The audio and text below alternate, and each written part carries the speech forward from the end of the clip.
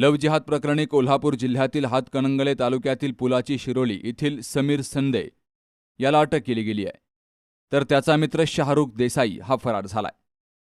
त्याच्याकडे 8 ते 10 हिंदू समाजातील युवतींचे अश्लील व्हिडिओ आणि फोटो असल्याची माहिती समोर आली आहे।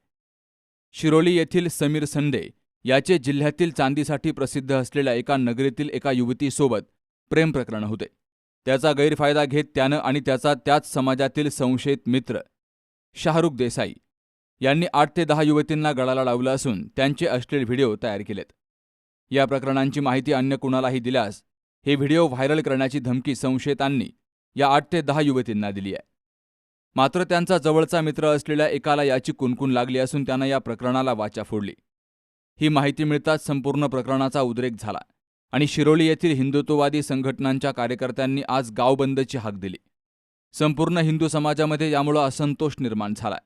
गावातील हिंदुत्ववादी कार्यकर्ते मोठ्या संख्येनं शिरोली फाट्यावरील ग्रामपंचायत कमानीजवळ जमले।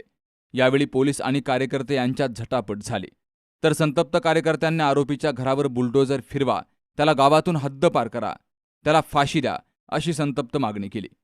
ग्रामपंचायतीनं संबंधित आरोपींचं पाणी कनेक्शन आणि वीज कनेक्शन तोडण्याचा निर्णय घेतला असून कार्यकर्त्यांनी शांततेच्या मार्गाने आंदोलन करावं असं आवाहन यावेळी आमदार अमल महाडिक यांनी केलंय।